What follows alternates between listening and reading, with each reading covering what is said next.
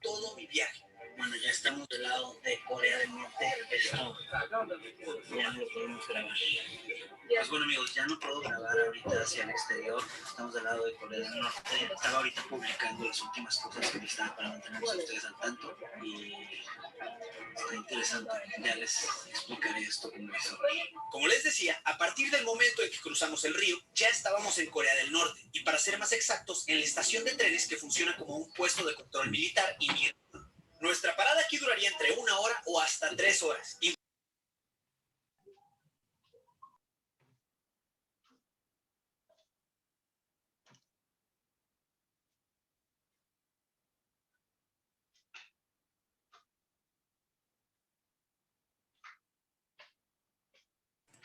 Buenos días con todos, ¿cómo les va? ¿Si me escuchan? Buenos días, Inge. Sí, sí se lo escucha.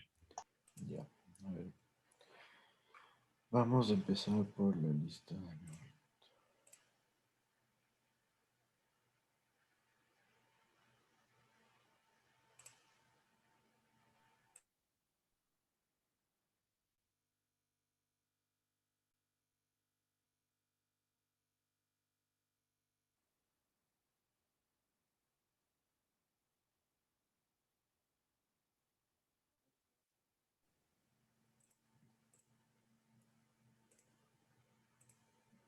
Listo, entonces está...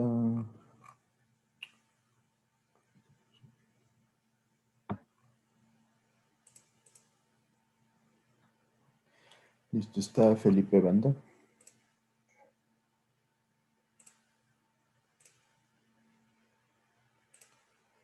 Karen Cando. Dania Costales. Presente. Brian Cruz. Presente. Esteban Espín. Scanning, presente. No, Esteban Espín, me parece aquí. No, tú qué. Ayer Esteban no estaba, me parecía como retirado, pero ahora me parece ya en la lista. Kenny, si estás. Giancarlo Estrella.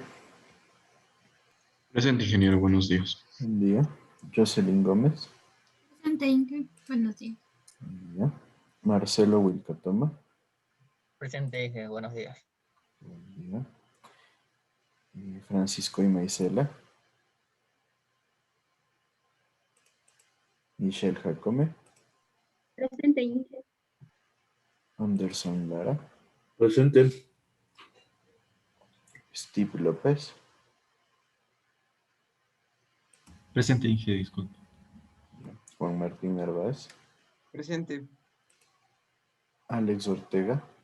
Presente, Inge. Jorge Ortega. Aquí presente. Kevin Pazimiño. Presente, Inge. Renato Povea. Presente, Inge. Ariel Román. Presente, Inge. Roosevelt Romero. Presente, Inge. Marcelo Saltos. Presente, Inge. Kevin Samaniego. Presente, Inge. Brian Solís. Miguel Veloz.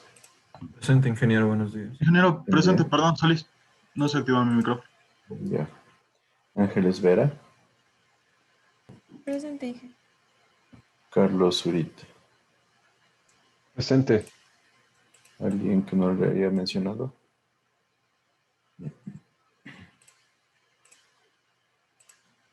Listo, entonces. A ver, vamos a continuar en lo que nos quedamos.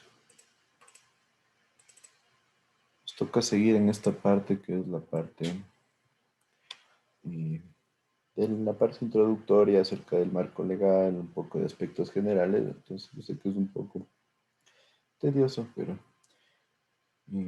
tratemos de ahí de irlo desarrollando. Aquí continuamos con lo que nos dice la ley de recursos hídricos, usos y aprovechamiento del agua.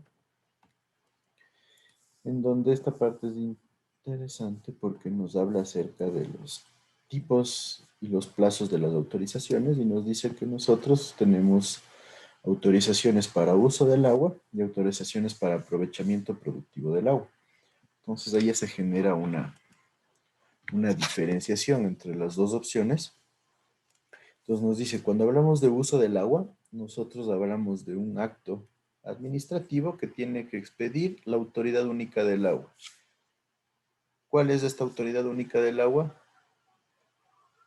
ARCA, ¿no es cierto? La Agencia de Regulación y Control del Agua, que está adscrita a Senagua. Y como mencionábamos ayer, Senagua en teoría debe desaparecer. Eso fue solicitado por el presidente Lenín Moreno hace más o menos 1 año y medio, debido a que se estaba generando el proceso de reducción del Estado. Es una situación bastante compleja, ya podemos observar que tenía un plazo de 90 días para hacer el cambio de las funciones de Senagua hacia el Ministerio del Ambiente, pero realmente no se hizo nada en esos 90 días y el comunicado que sacaron es que es un proceso bastante engorroso y aparte caro.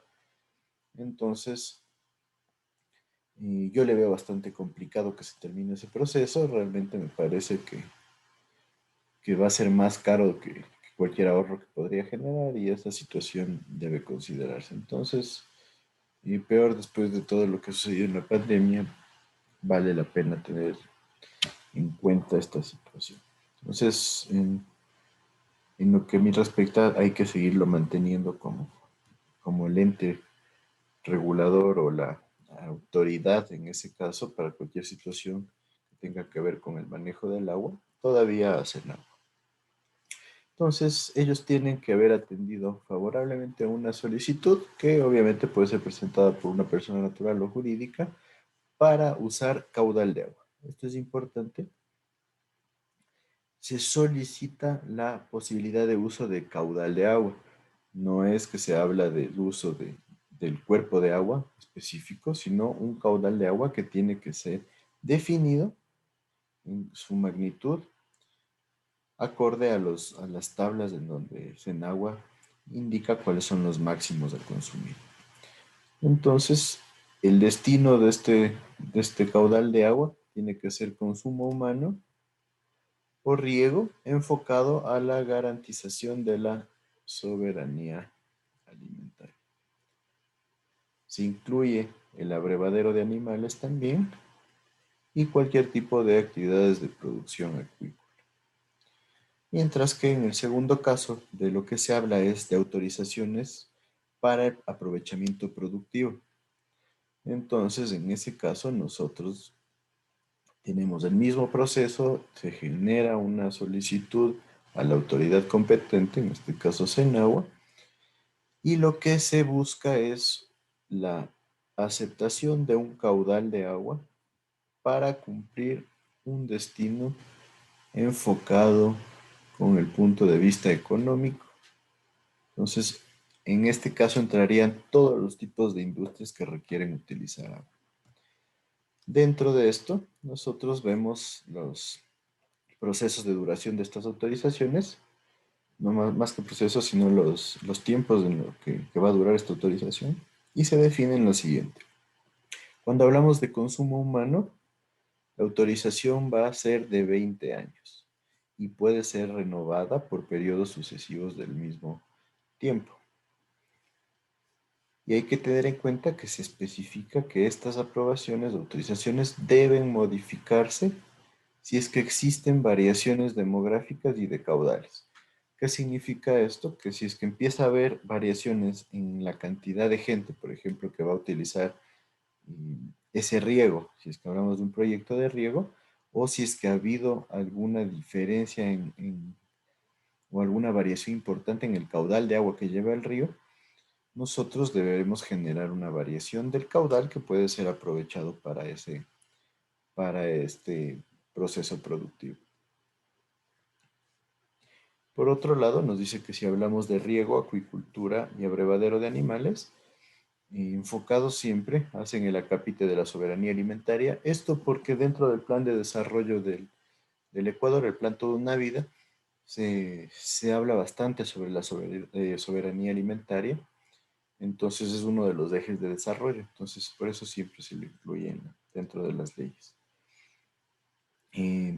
Se otorgarán con un plazo no mayor hasta a 10 años. O sea, lo máximo que se puede otorgar estos permisos es por 10 años, que pueden ser renovables por un periodo igual.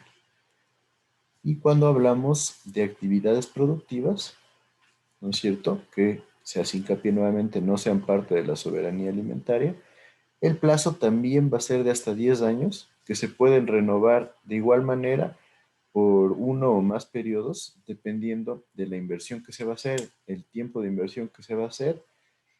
Y esta es una parte importante. Se habla de que conste en el Plan Nacional de Desarrollo. Entonces, se complementa diciendo que la autoridad del agua, en este caso Senagua y el ARCA, podrán, de conformidad con la planificación hídrica e interés nacional, modificar motivadamente los plazos en este artículo. O sea, en esencia, Senagua puede cambiar los plazos. ¿Qué genera esto? Primero, cierta incertidumbre. ¿Por qué? Porque nos habla de que la actividad productiva debe ser parte del Plan Nacional de Desarrollo. ¿Qué problema se da ahí? Que cada vez que hay un cambio de gobierno, hay la tendencia a cambiar el Plan Nacional de Desarrollo. Y eso se lo puede ver claramente. El Plan Nacional de Desarrollo de Rafael Correa me parece que fue elaborado en el 2012 y tenía que durar hasta el 2022 y era el plan del buen vivir. Y ese plan se lo cambió cuando entró Lenín Moreno, y eso teniendo en cuenta que tenían la misma tendencia. No se dejó que se cumpla el plazo y se lo cambió por el Plan Nacional Toda una Vida, que parece que dura hasta el 2025 o el 2027. Entonces el Plan Toda una Vida tiene ejes un poco diferentes a los que tenía el Plan Nacional del Buen Vivir. Entonces en ese caso ya se genera una incertidumbre. ¿Por qué? Porque si uno como empresa va a generar una inversión y las condiciones son que nos quedamos con el plan de desarrollo y tenemos un plan por 10 años y de repente aparece un nuevo gobierno y nos genera un cambio de plan de desarrollo, se produce o se puede dar el caso de que la actividad económica ya no estaba dentro de las actividades de desarrollo y fácilmente la entidad, la autoridad, que en este caso sería Senagua y el ARCA, pueden variar el periodo de la autorización. Entonces se vuelve una inseguridad bastante compleja. Hay que tener en cuenta que una de las principales razones para que el Ecuador no tenga una buena cantidad de inversión extranjera son este tipo de cambios. Que no existe una seguridad jurídica, tampoco una seguridad económica, y eso puede volverse un problema para el país. Entonces, estos acápites hay que tenerlos en cuenta. De ahí pasamos al reglamento de la Ley Orgánica de Recursos. La función de este reglamento es definir los términos importantes que se utilizan en la Ley de Uso y Aprovechamiento del Agua. Se mantiene que el principal ente regulador sigue siendo el ARCA. Se definen los límites naturales, esto enfocado a la propiedad privada, y nos habla acerca de la servidumbre de uso público. Entonces, en esencia, nos genera ya una descripción más detallada acerca de las condiciones que se estipulan en la Ley de Uso y Aprovechamiento del Agua.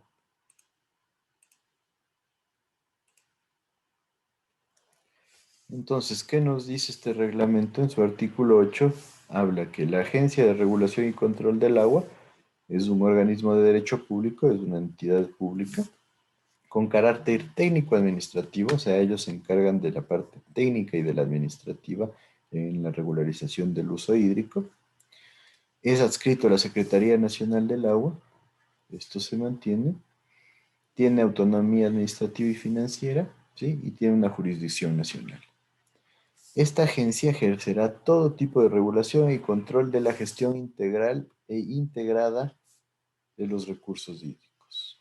O sea, todo lo que viene o todo lo que se relaciona con recursos hídricos tiene que ser regulado por lo que es la Agencia de Regulación y Control del Agua, ARCA. Entonces, ellos incluyen la cantidad y calidad del agua. Entonces, ARCA define qué cantidad de agua se puede utilizar y los parámetros de calidad que se van a manejar, tanto en las fuentes como en la distribución, en las zonas de recarga también. Cuando hablamos de recarga, es la recarga de acuíferos. La calidad de los servicios públicos, tanto para el sector del agua, todos sus usos, aprovechamientos y destino. Entonces, todos los GATS y las empresas municipales tienen que regirse a través del ARCA para la calidad del producto. Lo que yo les digo es, esto es un poco difícil de cumplir. Yo sé que no se realizan controles continuos por parte del ARCA y eso genera un problema porque como conversábamos ayer, hay muchos casos en los cuales se abastece poblaciones con agua de mala calidad. Entonces vemos que el encargado de controlar que esa agua sea de buena calidad es ARCA y eso genera un poco de problemas y de desconfianza, ¿no? Porque mucha gente no confía en la calidad del agua que se está dando. Inclusive ahorita estamos haciendo una tesis aquí en la facultad, un estudiante va a hacer una evaluación acerca de la percepción de la gente, o ya está haciendo, más bien dicho, una evaluación acerca de la percepción de la gente acerca de la calidad del agua aquí en Quito. Entonces, teniendo en cuenta que Quito es la ciudad que mejores procesos de tratamiento de agua maneja aquí en el Ecuador, hay que ver y hay que darnos cuenta de que la percepción de la gente es que no es agua de buena calidad. Entonces eso influye bastante porque hemos visto que hay casos, por ejemplo, se repite en muchos casos que la gente abre la llave y el agua viene con colores diferentes, y el sabor varía, entonces eso genera desconfianza por parte de la población y eso ha generado un incremento de lo que es el comercio de filtros de agua que brindan mayor tranquilidad y confort a la población. Entonces, ese puede convertirse en un indicador de que la gente no está contenta con la calidad del agua potable que recibe.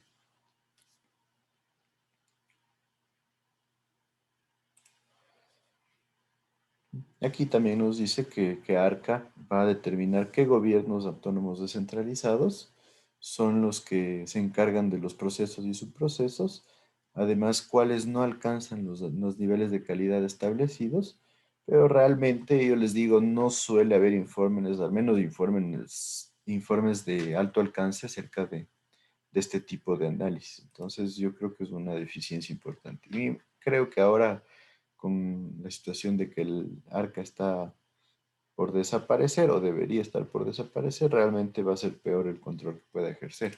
Entonces ahí sí, nuevamente se genera una limitación. Hice una consulta, disculpe. ¿Sí?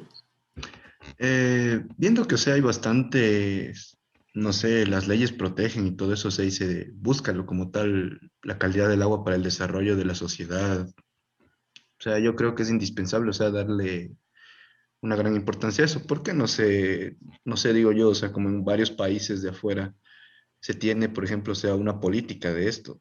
Por ejemplo, creo que hay en muchas ciudades, las metrópolis como tal, hay las plantas de tratamiento de agua, lo que usted mencionaba ayer del alcantarillado direccionado, y la gente trata de en verdad, o sea, aprovechar eso, o sea, y aquí en cambio no se toma por parte de las autoridades una acción sobre tal. O sea, yo entiendo que aquí en Latinoamérica es donde hay la mayor cantidad de agua, pero también es donde más se desperdicia y no hay, o sea, un control.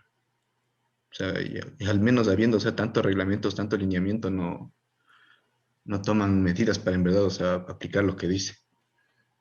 Sí, O sea, no. realmente, Giancarlo, es un problema generalizado, diría yo, de Latinoamérica.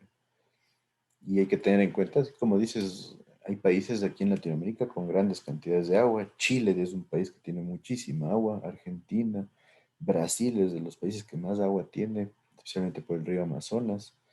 Venezuela tiene cantidad importante de agua, Ecuador tiene un montón de agua y realmente no hay un enfoque bien generado. Yo creo que también va por el lado de que a veces no hay seguimiento, es como que se genera una normativa, está la ley ahí, si ustedes ven, la ley es clara y que la naturaleza tiene derechos en el Ecuador, que todo el mundo tiene derecho al agua, que es un derecho ya de la gente, eso es algo importante en lo que es tema regulatorio, pero la cosa es que no se cumple, no nos importa. Y yo diría también el tener mucha agua se vuelve una limitación porque no sabemos manejarla. Entonces, estamos mal acostumbrados a que, por ejemplo, pasa algo y ya se vuelve crítico y en ese momento tratamos de arreglarlo. Entonces, el agua hay por montones.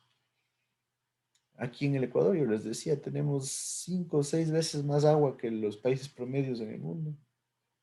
Entonces, no nos preocupa, pero el problema es que no tratamos el agua. Y si no tratamos el agua, tarde o temprano nos vamos a encontrar con agua contaminada y se va a volver realmente un problema.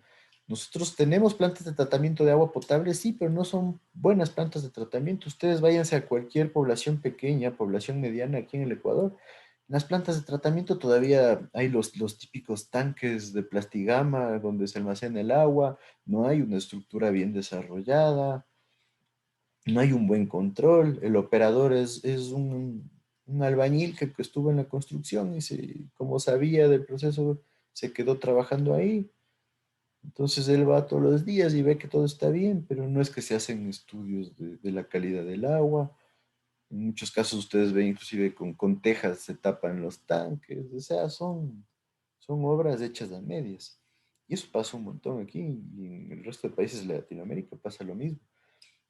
Y es tan crítico que ni siquiera nosotros protegemos las fuentes de agua. Si ustedes se van a Quito, como les decía ayer, el Parque Nacional Cayambe Coca cuenta con varias lagunas que se utilizan para abastecimiento de agua de Quito.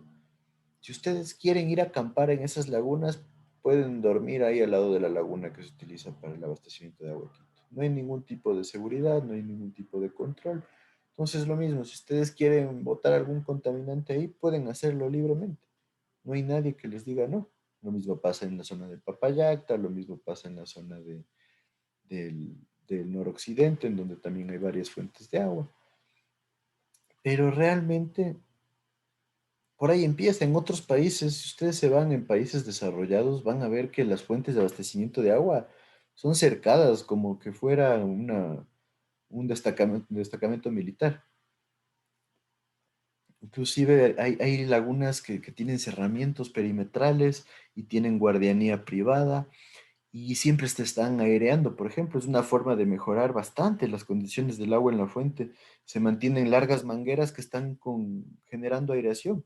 Entonces eso genera una mejora en lo que es la calidad del agua en la fuente. Entonces, desde el inicio nosotros estamos bien atrasados. Y por otro lado, y como les decía, la tendencia mundial es reutilizar el agua. Ya en la mayoría de ciudades grandes tienen sistemas de reutilización de agua. O sea, ellos ya tratan el agua servida en sitio, o sea, se entrega, llega ahí en la misma ciudad a un punto de tratamiento, se trata el agua, se le devuelve a la fuente, que es un río normalmente, se transporta a la planta de tratamiento y ya se la vuelve a usar. Y tarde o temprano va a ser un esquema cíclico en el cual se utiliza el agua, se trata esa misma agua y se la devuelve. Siempre hay el agua que se desperdicia o el agua que va a los jardines, todo tipo de situaciones que se generan, sí, pero se puede llegar a reducir los consumos de agua de una forma dramática y la calidad del agua puede ser muy buena. Si ustedes se van a los casos críticos, por ejemplo, en la ciudad de Dubái, en Dubái el 86% del agua que se utiliza es agua desalinizada del mar. ¿Por qué? Porque no tienen agua y se dan los modos. Y obviamente hay un sistema en el cual ellos generan reutilización o sea, reciclaje del agua mediante plantas de tratamiento. Entonces, a veces parecería que nuestra ventaja de tener tantos recursos se vuelve una limitante porque nos vuelve bastante pasivos en nuestros criterios y en nuestras prioridades, ¿no? Entonces, eso es uno de los problemas del Ecuador, que tenemos tanta disponibilidad de recursos que somos cómodos. O sea, no buscamos formas de optimizar, no buscamos formas de mejorar. Entonces, es bastante complejo cómo se genera esta situación. Y es algo que estaba conversando, por ejemplo, con los estudiantes del otro curso. Aquí en Quito, el plan general, el plan nacional, no el plan nacional, el plan de desarrollo de la ciudad de Quito, hace más o menos unos 10 años buscaba que el desarrollo sea un desarrollo vertical alrededor de la avenida 10 de agosto.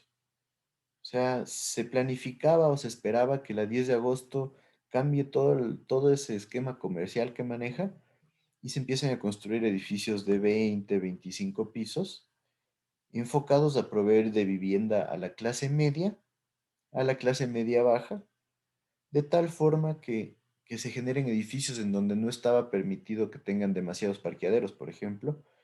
Había muchos departamentos que no iban a tener parqueadero, pensando en que así se iba a motivar el, el que la gente no utilice el vehículo, el que la gente utilice el metro de Quito, el trole, etcétera, etcétera. De repente eso no se dio porque obviamente es también caro, ¿no? Construir edificios de gran altura y se terminó convirtiendo más bien la zona de la avenida Amazonas, del Parque de la Carolina, en la zona de crecimiento en altura. Entonces ustedes ven actualmente en la 10 de agosto no hay un edificio grande, ¿eh? Habrá un par de 12 pisos por ahí, mientras que la zona de la Carolina, ahorita ya se construyeron 3 edificios de 24 pisos, que era algo que no estábamos acostumbrados en Quito. Se están construyendo edificios de 24, de 30, 32 pisos. Hay inclusive un proyecto de 40 pisos en la zona de las Chiris. Entonces,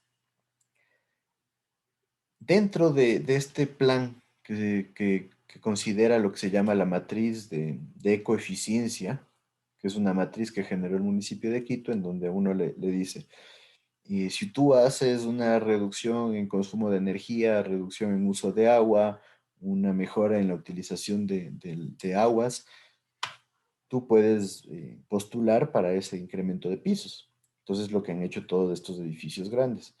Entonces, es un proceso un poco complejo, pero desde el punto de vista de las aguas, por ejemplo, uno tiene que proponer soluciones para lo que es el uso de agua. Entonces, las soluciones que están propuestas típicamente en estos edificios es reutilización de agua lluvias. Entonces, lo que hacen es transportar las aguas lluvias que se captan hacia una cisterna y esa cisterna utilizarla para generar agua para los inodoros, por ejemplo. Por otro lado, se hace la reutilización de aguas grises, o sea, las aguas de los lavamanos y de las duchas se llevan hacia la misma cisterna donde se almacenan aguas lluvias, se les da un tratamiento básico, súper básico, para generar que sean aguas ya limpias y se lo reutiliza también en inodoros y en riego, pero claro, ya analizando realmente cuánta agua lluvia se va a captar en uno de estos edificios, no va a ser mayor cosa. Aguas grises van a generar una buena cantidad de, de agua, ¿sí? Normalmente llega a abastecer una cantidad de agua de los inodoros, pero cuando empiezan a colapsar las cisternas, tiene que enviarse el exceso de agua hacia el alcantarillado. Pero de repente, una situación que nunca consideraron y que se está dando es que empiezan a hacer el edificio, obviamente un edificio de 24, 30 pisos va a tener bastantes subsuelos. Normalmente tienen 5, 6 o 7 subsuelos. Entonces, empiezan a hacer los subsuelos de estos edificios y como es la zona de la Carolina, tiene alto nivel freático, de una encuentran agua. Una compañera del otro paralelo me decía que ella trabajó haciendo pasantías en Uribe y Chuarco, en uno de los edificios de las Naciones Unidas, y que obviamente en las excavaciones encontraban que se inundaba la obra cada rato por el nivel freático. Entonces, ¿qué pasa? La solución que le han dado a este problema es generar sistemas de drenaje en el último subsuelo. Entonces se genera un sistema de drenajes paralelos, ¿sí? O en red, y esos llevan el agua hacia dos o tres cárcamos que se manejan en algunos edificios que son grandes, o un poco hasta más. Entonces, esos cárcamos cuentan con sus bombas y el volumen de agua que se genera debido a este nivel freático es considerablemente alto, obviamente. Estamos hablando de 5, 6, 7 subsuelos. Entonces, de repente llegan los constructores y se encuentran con eso. ¿Qué creen que pasa con esa agua?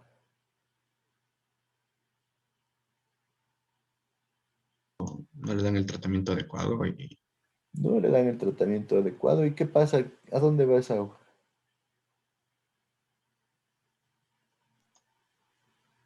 a la alcantarilla. A la Y, alcantarilla y se vuelve un problema. Imagínense, hacen que se genere un gasto importante generando un doble sistema para la reutilización de aguas grises y agua lluvias.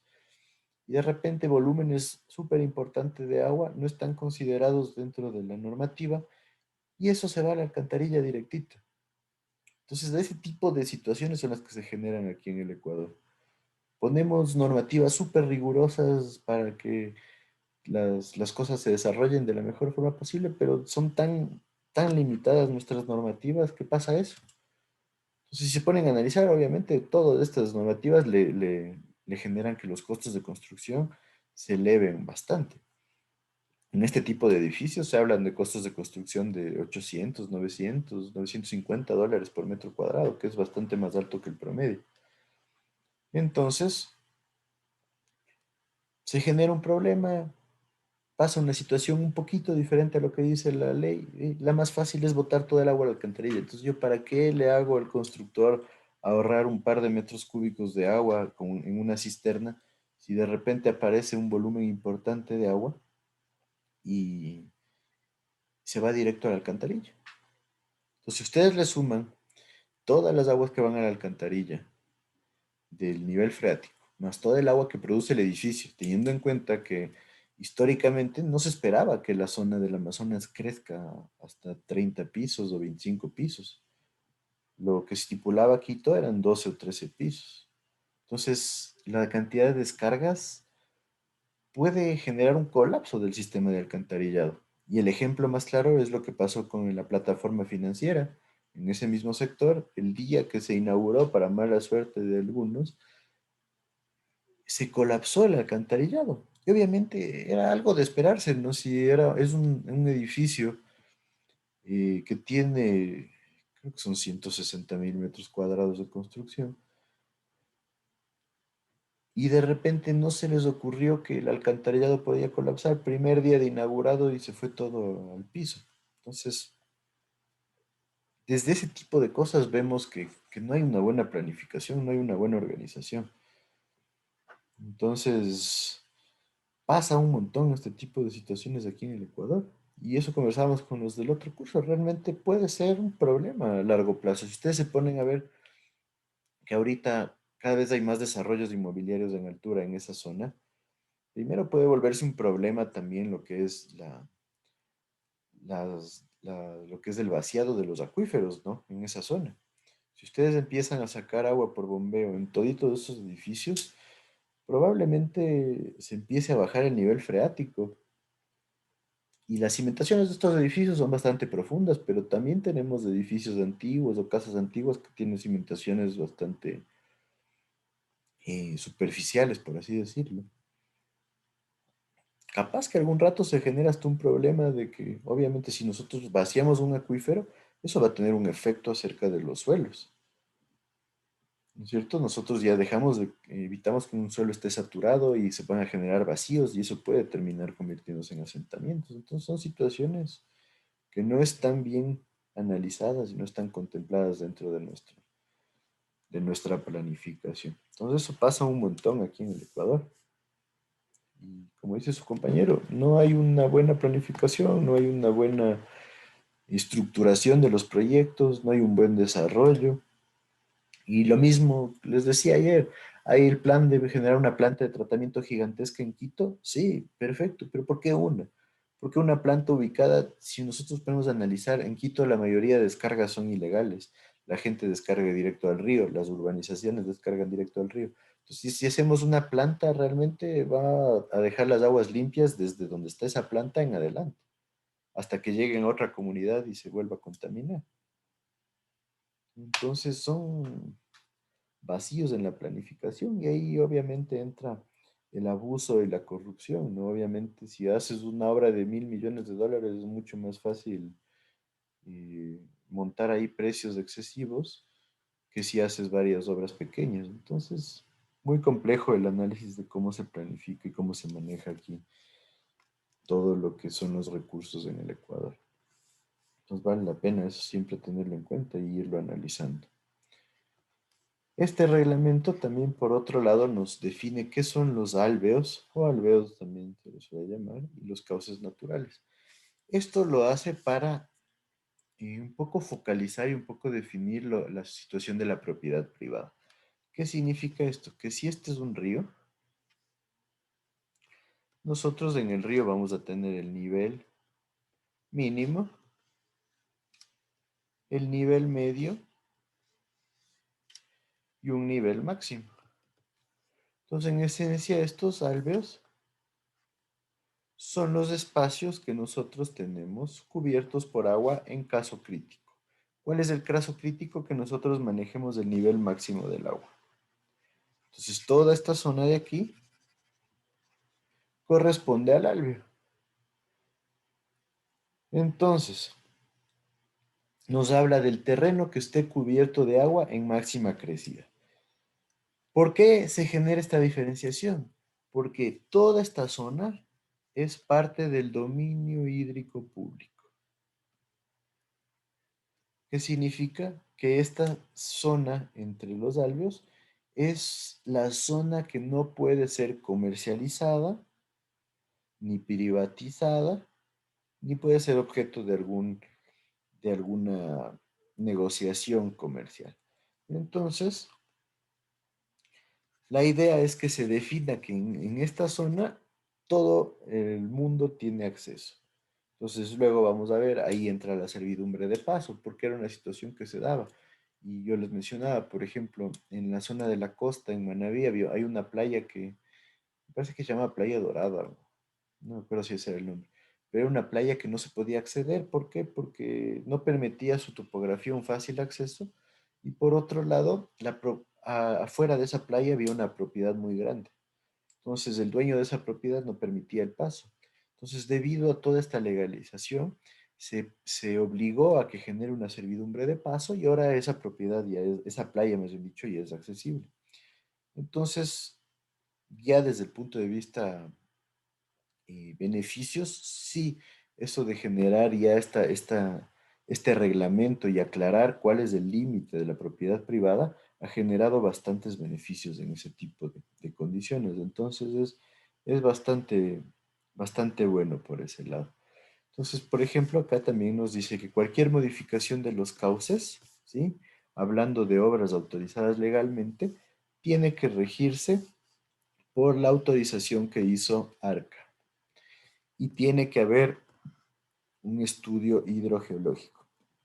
Un estudio hidrogeológico es el estudio que analiza la hidrología del río, o sea, cómo se está comportando, si es que es un río que puede variar su cauce, si es que es un río viejo, o si es que el río también tiene o genera flujos subterráneos, es algo bastante común. Entonces, el estudio hidrogeológico analiza lo que pasa tanto con el flujo de agua como con las variaciones de su cauce, la generación de flujos subterráneos, ¿sí? Y por ende requiere hacer una refracción sísmica, analizar cómo están las capas de suelo, analizar niveles freáticos, generación de afloramientos, etcétera, etcétera. Entonces se vuelve un estudio un poco complicado y puede ser problemático, ¿no? Porque, por ejemplo, yo les mencionaba igual en el otro curso, había un proyecto en la zona de Selva Alegre, en el Valle de los Chillos, en donde este proyecto era un centro de recepciones. Y resulta que en el año 2019 se produjeron dos eventos de inundaciones. El primero más o menos en marzo y el segundo más o menos en junio, julio. Entonces, estas inundaciones empezaron a generar afloramientos de agua importantes, se generó un flujo importante de agua subterránea Y esto provocó que se genere un lavado de finos bajo la estructura. Entonces se empezó a generar vacíos, se empezó a sentar más de lo normal la estructura. Entonces llegó a un punto en que se empezaron a explotar las ventanas, se empezaron a trizar las paredes, se hundió parte del, se hundieron varios pisos, o sea, se generó un problema grave. Entonces, resulta que ese río, el río Santa Clara, es un río que es joven y tiene tendencia al cambio. Entonces, en el periodo desde el 2008 hasta el 2019, que ya hablando de trayectoria de los ríos, es un periodo corto, se produjo un cambio bastante importante en lo que es la trayectoria del río. Se generó un meandro totalmente nuevo. Entonces, claro, el municipio vio eso y empezó a generar su escollera, empezó a generar un muro de piedra. Entonces, esta agua también se volvió a volver un poco, se volvió más agresiva, más bien dicho, y empezó a generar un socavamiento en la zona del río que daba a esta propiedad. Entonces se volvió un problema bastante grave y haciendo un estudio hidrogeológico ahí se descubrió que el paso de aguas subterráneas generaba una gradiente bastante importante. Me parece que era de 0,9 metros cúbicos por minuto, que haciendo como agua subterránea un análisis genera un movimiento bastante fuerte. Entonces, este tipo de situaciones se dan y los estudios al momento de construir no requieren un análisis hidrogeológico. Entonces, yo les mencionaba, hay un montón de zonas aledañas a los ríos que tienen problemas y en muchos casos no se dan ni cuenta. Inclusive también si ustedes se ponen a ver, en Cumbayá hay muchas urbanizaciones y muchas zonas urbanísticas que tienen una categoría alta, por así decirlo, dan a los ríos. Al río Chiche hay un montón de proyectos que dan al río Chiche, otros que dan al río Pita. Y si se ponen a analizar, hay procesos de socavación importantes generándose en esos taludes. Y cuando hay crecimiento del agua, crecimientos importantes, se llega a alturas bastante considerables y eso genera un incremento en lo que es este proceso de socavación. Entonces, no se toman en cuenta este tipo de estudios aquí en el Ecuador mayormente, pero hay que darnos cuenta de que sí puede ser peligroso. Y ha habido varios casos en los que se genera una afectación importante. Acá nos dice, cuando se deban generar procesos de carácter urgente, procesos en los cuales se busque generar trabajos de protección, los responsables de los daños que pudieran derivarse para el dominio hídrico público son los propietarios. Entonces eso también genera un problema para los propietarios de terrenos cerca a las zonas de influencia de los ríos. Entonces hay que tener en cuenta de que son muchos factores a considerar y normalmente la más fácil es hacer una escollera o hacer un pequeño muro, pero si eso llega a generar variaciones en lo que es el dominio hídrico público, el que tiene que asumir esas consecuencias es el propietario. Entonces, para que lo tengan en cuenta, realmente a veces tiene esta ley también situaciones que pueden generar complicaciones importantes. En el artículo 58, en cambio, define qué son las riberas y nos dice que son las fajas naturales que se encuentran entre los albios que acabamos de ver y los niveles de aguas bajas. O sea, si nosotros hablábamos de algo así, esta sección de acá es la ribera. Es un término bastante más conocido y en esencia también son parte del área de dominio hídrico público y son los márgenes con los que los terrenos ya colindan con los cauces. Entonces yo les decía, ustedes se ponen a ver, la idea de esto es definir cuál es el límite máximo de la propiedad privada y obviamente esta situación tiene que ser complementada con los retiros que obliga el municipio. Entonces, ahí entra la influencia de los retiros. ¿Tienen ustedes idea de cuál es el retiro que se pide típicamente aquí en Quito para quebradas? Creo que es de unos 5 metros, Inge, al menos. No, muy poquitos son 5 metros. Nadie ha escuchado, nadie ha construido alguna casa por una zona de un río.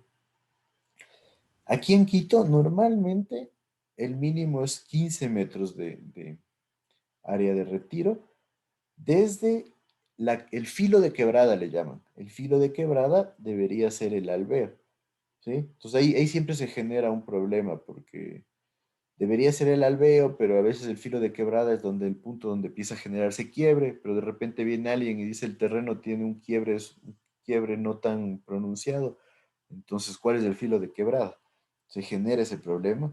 Entonces ahí hay que pedir que el municipio vaya a generar la evaluación, pero en esencia el típico valor mínimo son 15 metros.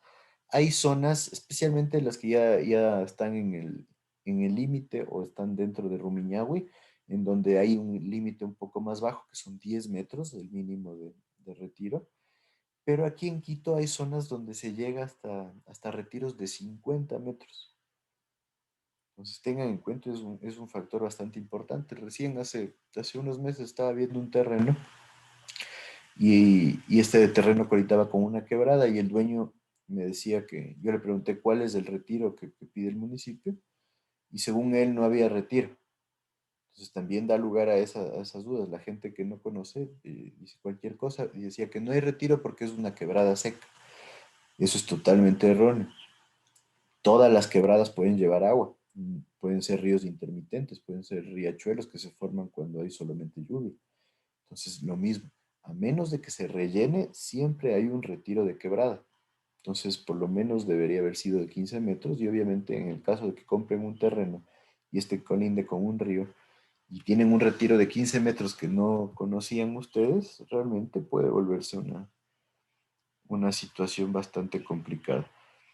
Y a veces inclusive se puede multar al dueño cuando no respeta al 100% estos retiros. Yo he visto casos en donde el dueño por mal medir, o sea, porque no supo identificar cuál es el límite para el retiro de la quebrada, para el filo de quebrada, ha tenido que pagar multas al municipio y en algunos casos el municipio puede obligar hasta a derrocar la estructura porque no se cumplen los retiros. Y aquí en Quito eso es complicado. Si ustedes se van al sur de Quito, la gente hace lo que quiera. Hay terrenos que pueden construir 2 pisos y terminan construyendo 8. Entonces pasa de todo. Entonces peor van a respetar un retiro. Entonces eso también es un problema municipal importante.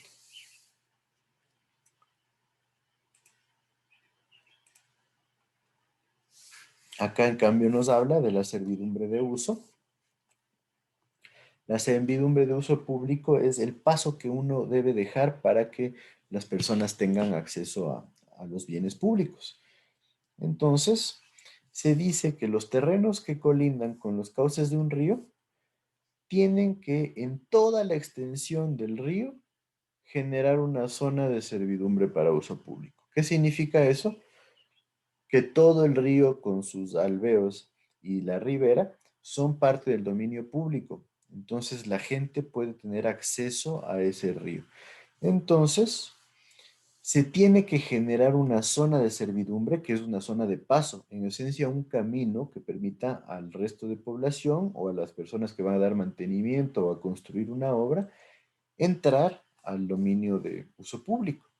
Entonces nos dice que por lo menos va a ser de 5 metros. O sea, ustedes de servidumbre de paso deberían dejar por lo menos 5 metros, que puede variar, y este es el problema, que se deja que puede variar en más o en menos por razones tanto topográficas como hidrográficas o por necesidades concretas de las autorizaciones.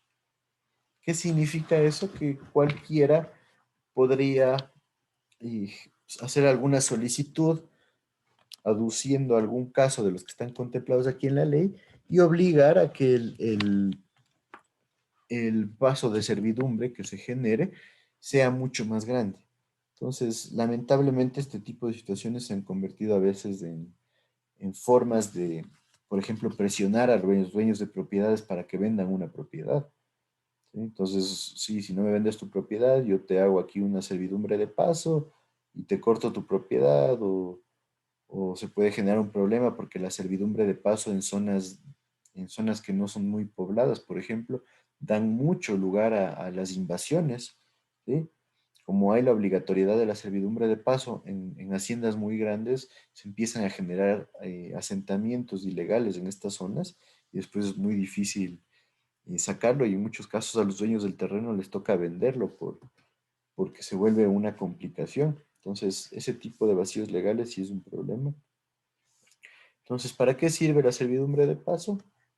Proteger el ecosistema fluvial y el dominio hídrico público, que nadie se adueñe tampoco de los dominios públicos, un paso público peatonal y para generar el desarrollo de servicios de vigilancia, conservación y salvamento, un varado y amarre de embarcaciones, esto no es tan común, pero sí en los ríos grandes necesita haber un espacio donde puedan vararse las embarcaciones, generar el acceso o garantizar el acceso a las personas que pueden encargarse de una operación, mantenimiento, control de infraestructura. Esto donde tengamos este tipo de proyectos. No es algo tan común. Entonces vemos que hay bastantes situaciones que pueden dar lugar a problemas en esos casos. De ahí tenemos esta ley de gestión ambiental. La ley de gestión ambiental se generó en el 2004, es más antigua inclusive que la Constitución, y se enfoca en la importancia del impacto ambiental. ¿Sí? Genera la necesidad de que haya preservación, de que se genere un cuidado y que se genere una evaluación de los impactos ambientales dentro de los proyectos de infraestructura hidráulica. Entonces, es importante. Hay situaciones que también, vacíos, nos han dicho que también generan formas de un poco lavarse las manos, pero por ejemplo, cuando ya se generan proyectos importantes de alcantarillado, por ejemplo, o de cualquier obra hidráulica, existe ya requisitos de que nosotros contemos con profesionales en el área del medio ambiente. Pero normalmente esos requisitos van por el lado de tiene que contar con un ingeniero ambiental. Entonces, el problema es que ha dado lugar al abuso. En muchos casos, simplemente se contrata a medio tiempo un ingeniero ambiental recién graduado y se lo tiene ahí simplemente para que pase ahí. No se busca generar realmente un cuidado del medio ambiente. En otros casos se ha dado casos hasta que se contratan ingenieros ambientales simplemente para que firmen los documentos. Entonces, todavía hay mucho que hacer respecto a lo que es la gestión ambiental. Entonces, yo les ponía un ejemplo, los del otro curso. El Metro de Quito, que es un proyecto gigantesco, un proyecto de más de 2.000 millones de dólares, cuenta con 4 profesionales del área ambiental. Y eso que se han encontrado con situaciones complejas.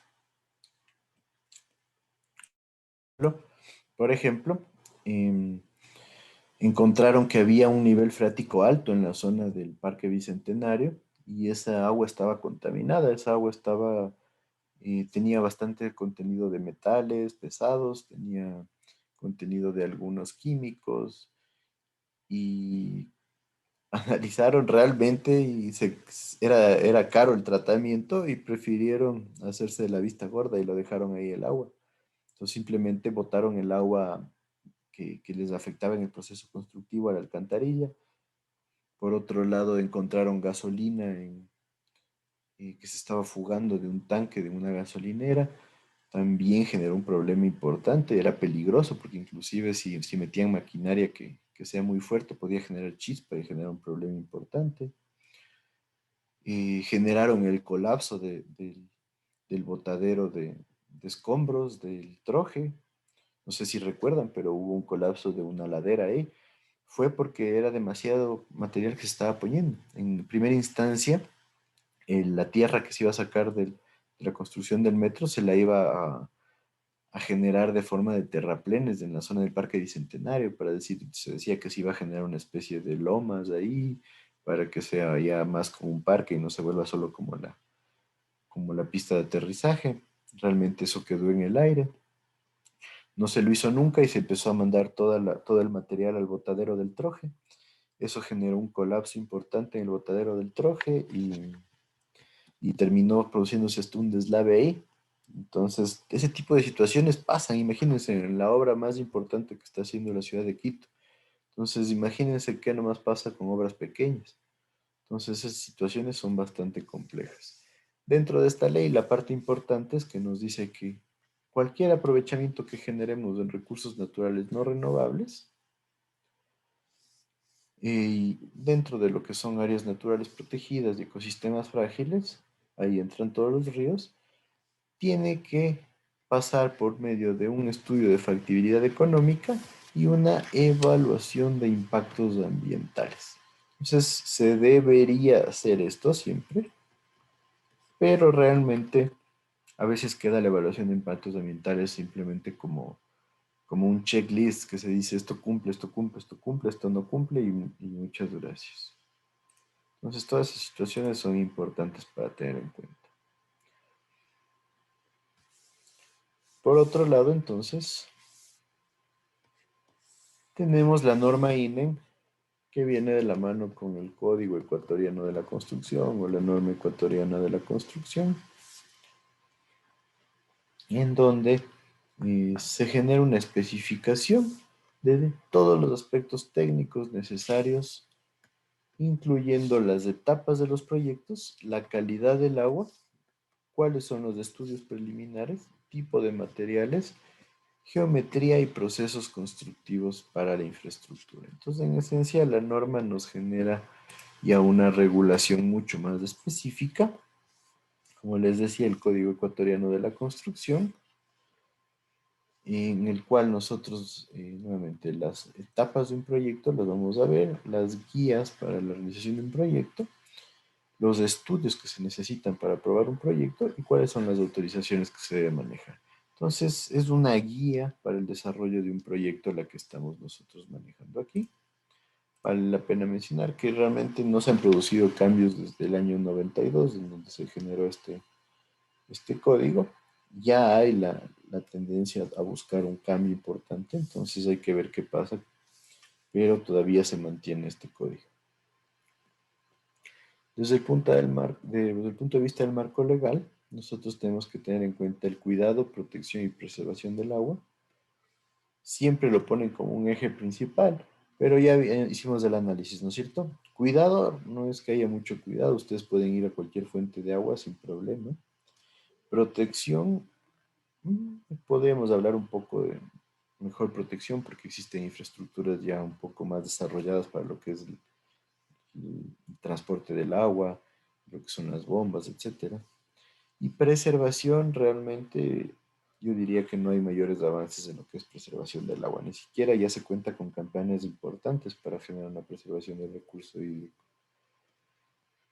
Nos dice que el agua es un patrimonio nacional y busca integrar todas las aguas. O sea, que se genere un patrimonio nacional, algo así como un sistema integrado de recursos hídricos. El acceso al agua es un derecho humano, al agua potable, ojo, inclusive se menciona que sea agua potable, eso no se cumple. Hay que garantizar la calidad y el acceso equitativo al agua, tampoco se cumple. Prohibida la privatización, me parece que ahí sí tenemos un buen avance. Y prohibida la comercialización, lo mismo, porque son dos temas que van un poco de la mano. Entonces se nos menciona aquí en el código la tipología de proyectos. Entonces se habla de un proyecto nuevo, que en esencia es un proyecto en donde hay una zona que no está siendo abastecida, no hay ningún tipo de sistema existente, entonces le vamos a abastecer. Un proyecto de ampliación es cuando queremos aumentar el alcance del proyecto, llegar a más puntos de abastecimiento. O sea, normalmente esto es bastante común porque nosotros buscamos generar un incremento en el uso de los proyectos. Después tenemos un mejoramiento, que en esencia es dar mantenimiento a la estructura o a la tubería, generar un incremento del diámetro o cambiar la pendiente. Estas dos tienen un resultado similar. Si uno incrementa el diámetro, tiene mayor posibilidad de llevar flujo. Y si uno incrementa la pendiente, también tiene mayor posibilidad de llevar el flujo. ¿Por qué? Porque una menor pendiente genera una menor sección transversal, una mayor pendiente, perdón, genera una menor sección transversal, y eso provoca que, que se pueda llevar una mayor cantidad de flujo. Normalmente yo les diría que lo más común es incrementar el diámetro, ¿sí? A veces el cambio de pendientes puede ser problemático, especialmente por lo que es la excavación que hay que hacer. Entonces, en nuestro caso, al menos en nuestro medio, la mayoría de veces lo que se busca es generar un incremento del diámetro, o a veces se busca también, por ejemplo, generar un abastecimiento en vías cercanas o un proyecto un poco más grande para el cual se genere un complemento al que queremos nosotros mejorar. Entonces, esa situación sí es bastante común aquí. Entonces, dentro de los tipos de estudio, nosotros tenemos el informe preliminar,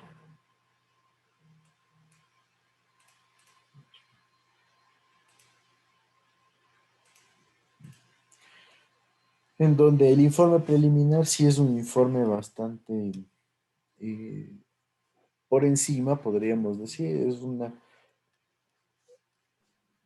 una forma de generar cuál es la conceptualización, o sea, cómo nosotros planeamos que se genere el proyecto, solución a qué nos va a dar.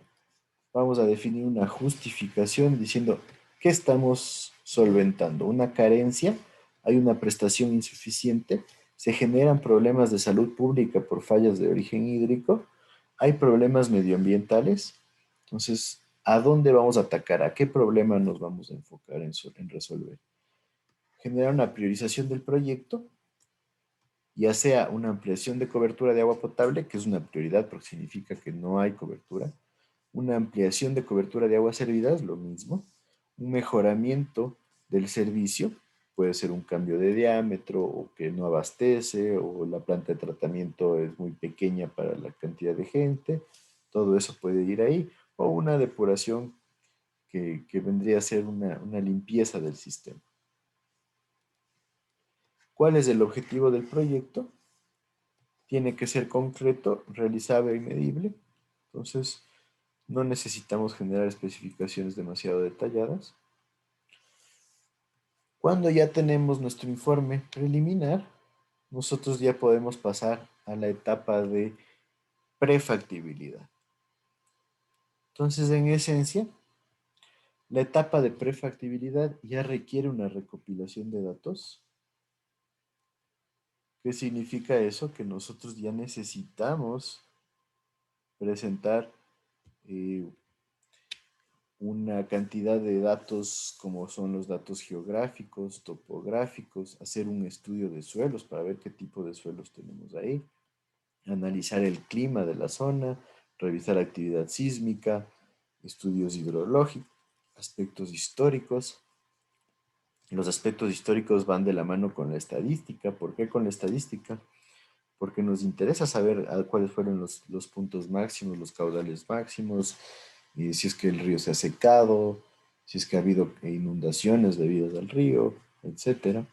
Aspectos sociales y culturales son importantísimos. Yo siempre menciono aquí, como aspecto social y cultural, hay un par de proyectos que han sido bastante importantes en lo que es manejo hidráulico. Por ejemplo, en Asuán, en Egipto, existe la gran presa de Asuán.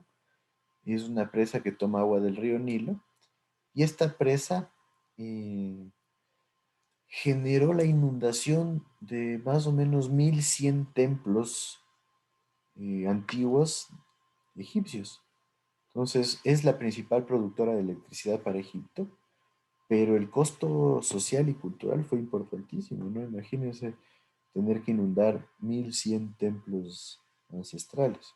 Y por otro lado, también está el caso de la presa de las Tres Gargantas o las Tres Hermanas, como se les llama también en China, que es la presa más grande del mundo. Ten en cuenta, esa presa tiene la parte superior, o sea, la cresta tiene una longitud de 2.3 kilómetros, es gigantesca.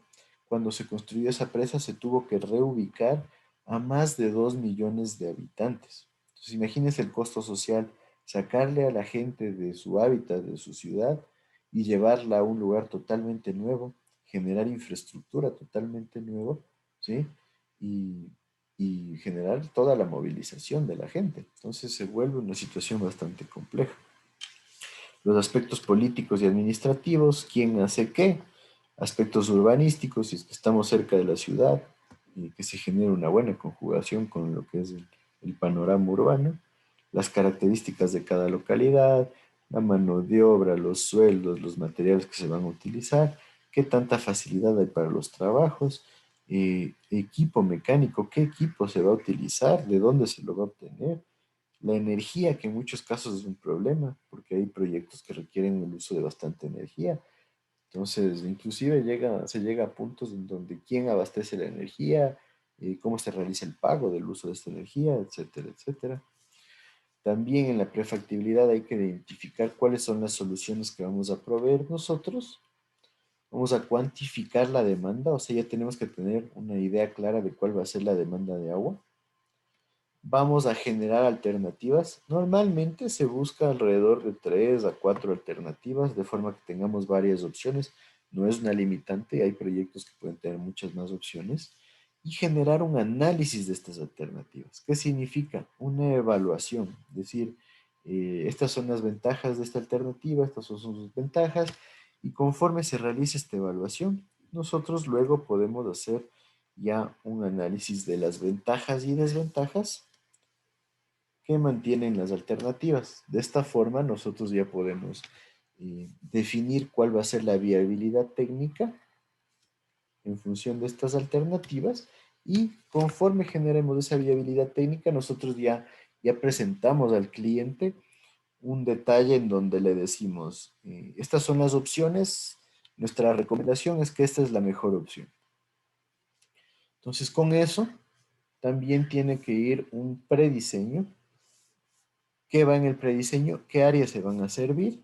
¿Cuál es el periodo de diseño de la obra? Un estudio de la población. Esto es de la población futura. Esto es importante porque hay que considerar factores demográficos, factores sociales inclusive, ¿no es cierto? ¿Qué posibilidad hay de crecimiento? Y un caso interesante ahí es lo que pasó con Quito. Toda la vida Quito fue la segunda ciudad más poblada del Ecuador. Siempre había una diferencia importante, más o menos 500.000 habitantes con Guayaquil. ¿Y qué sucedió?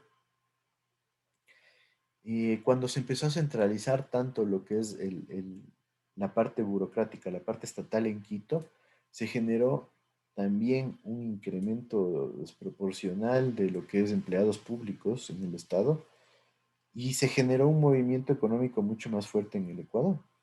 Entonces, Quito se volvió una ciudad atractiva para la gente de provincia, y se produjo un incremento de población importantísimo en Quito, tanto así que se esperaba que para fines de este año o inicios del siguiente, Quito se convierta en la ciudad más poblada del Ecuador. Inclusive algunos dicen que Quito ya es la ciudad más poblada del Ecuador. Realmente era importante la generación del censo. Les decía, el censo debería hacérselo cada 10 años. Pero si nosotros nos ponemos a analizar cómo se han dado los censos en Ecuador, ha sido bastante triste. ¿Por qué? Porque a lo largo de la historia del Ecuador, parece que en 1950 se empezaron a hacer censos, ¿sí? En el 50. Los censos a nivel mundial se recomiendan cada 10 años. Y aquí en el Ecuador creo que solo una vez se logró hacerlo. Déjenme ver, aquí lo tengo. En el 50 se hizo el primer censo. Ojo que hay países que lo hacen cada 5 años para tener información de mejor calidad. No se lo logró hacer en el 60 y se lo hizo en el 62. No se logró hacer en el 70 y se lo hizo en el 74.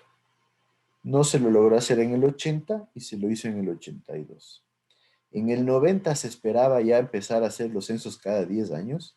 Ya había la obligatoriedad de que sean censos cada 10 años y se lo hizo en el 90.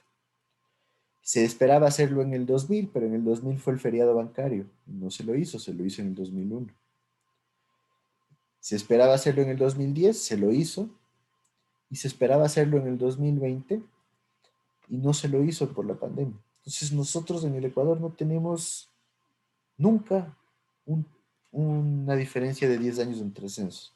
Entonces eso genera una limitación en lo que es la factibilidad de generar estadística. Entonces es bastante interesante ese dato porque, claro, se esperaba ya definir que realmente Quito es la ciudad más poblada del Ecuador, porque obviamente la tendencia anterior era que Guayaquil siempre sea la ciudad más poblada, pero hubo un incremento en la población de Quito. Entonces, nosotros debemos tratar de analizar esas situaciones cuando tengamos nuestro análisis de población de diseño. También tenemos que evaluar la dotación de agua potable, qué cantidad de agua se va a dar a la gente o el caudal de producción de aguas servidas.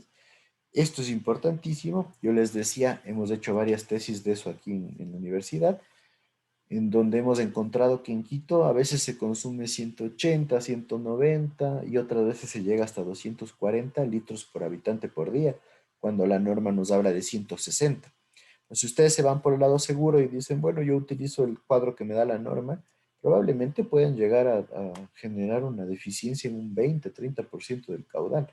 Entonces es importantísimo tener estos datos claros, porque si ustedes generan un proyecto para 20 años y de repente se jalaron en el análisis de la dotación de agua, capaz que no dura 20 y dura 15 o 14 o 16 años.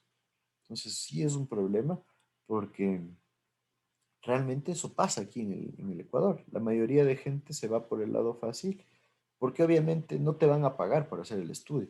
O sea, te pagan por el diseño, pero la norma dice, se debe hacer un estudio de dotación de consumo de agua, pero si es que no es posible realizarlo, puede tomarse los datos de la tabla. Entonces, la salida fácil siempre es, me voy a la tabla, tomo el dato y gracias, de genero el diseño. Porque obviamente para hacer un análisis de dotación se necesita primero tiempo, porque por lo menos debería hacerse en un mes o 2 meses.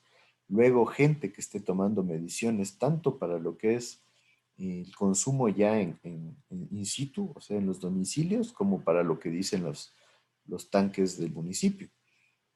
Y entonces se vuelve un proceso largo, un proceso caro y muchas veces se lo considera innecesario, aunque yo les digo, realmente los resultados han dado que sí puede ser bastante útil.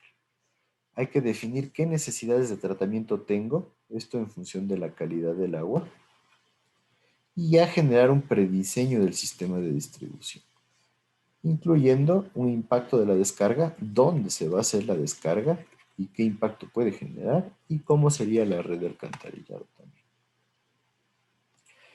Después tenemos que tener en cuenta los costos, cuáles van a ser los costos de operación y mantenimiento. Esto ya enfocado al tipo de equipamiento que vamos a utilizar, cada cuánto hay que hacer operación, eso también tiene que ver con, cada cuánto hay que hacer mantenimiento, perdón, tiene que ver con el fabricante normalmente nos entrega los manuales con sus recomendaciones, y entonces en función de eso hay que definir los costos, cuáles van a ser los costos del proyecto, de la obra civil y de los equipos, y los gastos generales que corresponden tanto a depreciación, intereses para el financiamiento, imprevistos, etc.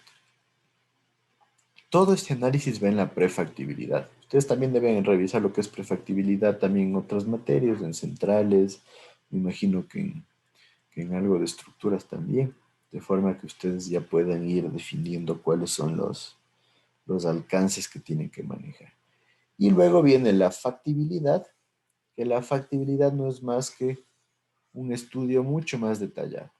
Entonces, en la factibilidad nosotros normalmente empezamos analizando las opciones de la prefactibilidad y tratamos de elegir lo más pronto posible la mejor alternativa. A veces no es tan fácil porque depende también del dueño del proyecto, que a veces no se decide, y este sí puede ser un caso bastante importante, porque mientras más proyectos analicemos en modo de factibilidad o a manera de factibilidad, más caro se vuelve el análisis. Entonces eso hay que tenerlo en cuenta. Hay que evaluar si existe algún sistema y cómo está, en el caso de que sí exista. Hay que generar ya ingenierías básicas, o sea, ya hay que hacer análisis de ingeniería, tanto topográfica, geológica, eh, hidrológica y un análisis de suelos bien detallados. Inclusive también las estructuras deberían estar aquí, ya un análisis estructural básico. una identificación de si es que hay infraestructura que puede reutilizarse. Ya hay que generar planos, ya tiene que haber planos a un nivel de detalle importante. Hay que hacer un prediseño y un análisis de costos con una buena exactitud. O sea, nos toca hacer un prediseño en el cual ya tengamos prácticamente claro el panorama. Hay que comparar las alternativas que nos dio la prefactibilidad, como les digo, tratando de filtrarlas de la forma más fácil y siempre considerando la economía, lo ambiental y lo social, donde casi siempre lo que manda es la economía. Entonces, en esencia, en la factibilidad tenemos un detalle mucho mayor que en la prefactibilidad y ya incluimos especificaciones.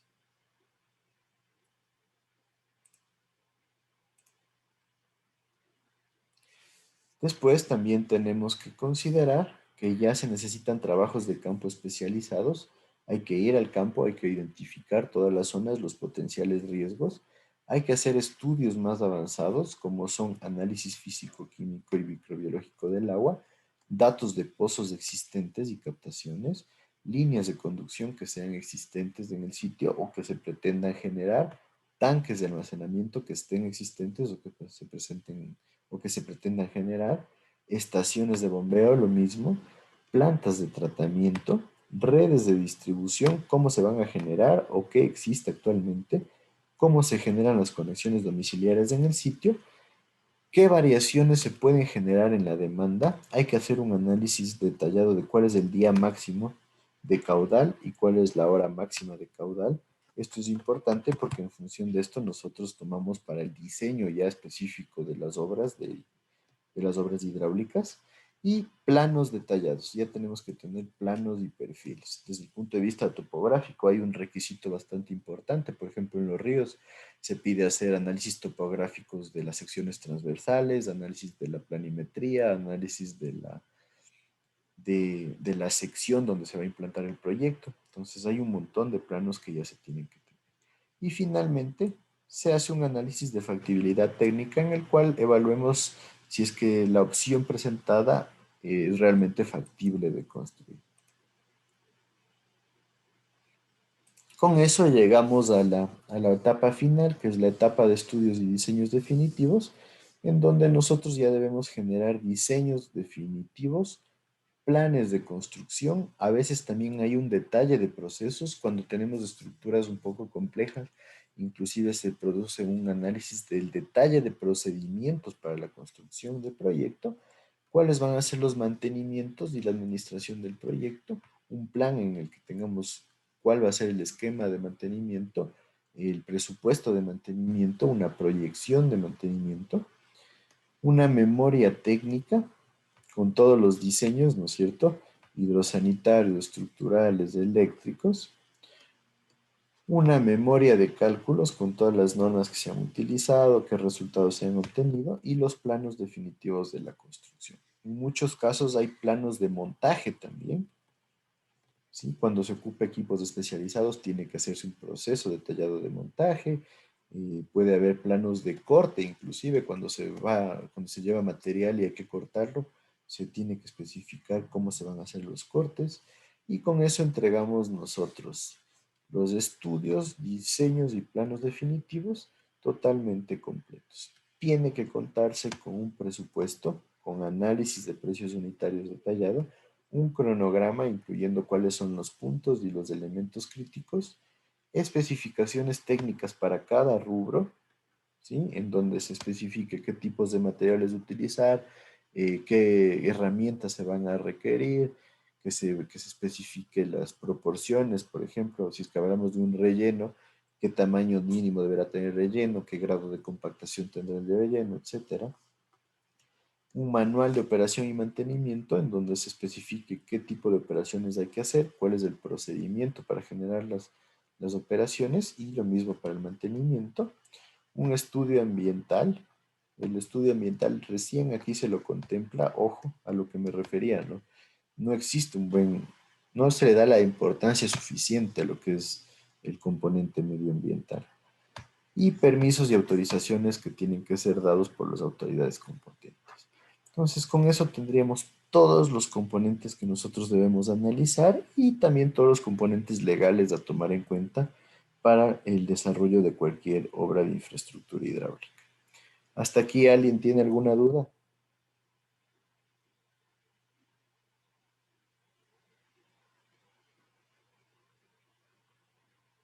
¿Qué me dicen? Dije una consulta. Ajá. Yo estaba, o sea, lo que usted tocaba el tema de los ingenieros ambientales y todo eso. Uno puede hacer una maestría en eso, Claro. en lo que es el proceso de agua y todo eso, o sea, me imagino. Hay bastante, no sé, o sea, displicencia de criterios en lo que puede aportar un ingeniero civil con lo que puede decirle el ambiental, por ejemplo, al momento de tratar el agua o la zona como tal, no, no sé, me quedé pensando eso ese momento y ya no lo interrumpí. No, no hay problema. Pero sí, es algo que pasa bastante, inclusive. La ingeniería ambiental es una carrera total, y una carrera que se puede seguir totalmente, pero hay muchos, muchos casos, como dices, en que se ofrecen maestrías en ingeniería ambiental. Y es interesante porque realmente esa es la tendencia que ha habido. Muchos ingenieros civiles siguen una maestría en ingeniería ambiental. Hay varias opciones, inclusive hay en manejo de recursos o puede ser en hidrología y enfocada al manejo sostenible del medio ambiente. Entonces hay un montón de opciones y eso sí ha generado una limitación para los ingenieros ambientales, porque obviamente se da muchos casos en que se prefiere contratar a un ingeniero civil que también tenga formación ambiental, ¿no? Que en esencia le puedes poner encargado de la parte ambiental, tiene su título de maestría registrado, y también puede servirte como un residente de obra, por ejemplo. Entonces, se dan mucho esos casos. Los ingenieros ambientales sí han visto bastante limitado su ambiente laboral por eso. Entonces, yo te diría, pasa un montón. Y en muchos casos, más o menos hace unos 5 o 7 años, hubo un boom de las maestrías en manejo ambiental. Tanto así que por todas las situaciones y estos cambios legales, yo conozco hasta bastantes abogados que han hecho maestrías en ingeniería ambiental. ¿Para qué? Para conocer los procesos y dar seguimiento a todas estas situaciones legales dentro del campo de vista ambiental. Entonces es bastante interesante. Yo tengo varios amigos que, por ejemplo, son microbiólogos que se enfocan hicieron una maestría en ingeniería ambiental. Entonces, por ejemplo, ellos sí tienen una perspectiva diferente porque ellos ya se enfocan en el tratamiento propiamente dicho de las aguas. Como ya conocen la microbiología y aparte conocen la parte ambiental, entonces pueden darle un enfoque diferente. Lo mismo pasa con los ingenieros civiles. Nosotros tenemos ya una formación estructural, una formación de suelos, una formación hidráulica. Entonces, complementarla con lo que es el manejo de ingeniería ambiental es bastante bueno porque se genera una sinergia, podríamos decir, en la cual los conocimientos sí se desarrollan mucho más. Mientras que para los ingenieros ambientales un poco, también tengo amigos que les ha pasado eso, hacen su maestría y en la maestría ven casi que lo mismo que en la carrera. Entonces se vuelve una limitante para ellos.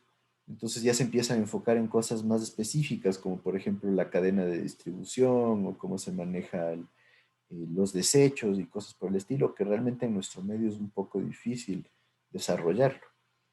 Entonces, ese problema se ha presentado bastante. Yo les digo, ahorita hay un montón de profesionales, inclusive arquitectos estudian ingeniería ambiental enfocada a la sostenibilidad y se han generado varios equipos de consultores que te generan consultorías para en las viviendas y en los edificios implementar aspectos de mejora de sostenibilidad, de buen uso de materiales, de reducción de consumo de energía, etcétera, etcétera. Entonces, sí se volvió un tema bastante interesante, la verdad. Listo, Inge, muchas gracias. ¿Alguien alguna otra duda? Si no hay dudas, podemos quedar ahí. Yo sé que esta parte es un poco tediosa porque es bastante teórica, pero es necesaria. Entonces, si no hay dudas, quedemos hasta ahí. Un buen fin de semana a todos y nos vemos la siguiente semana. Claro, Inge. Igual. Gracias, Inge.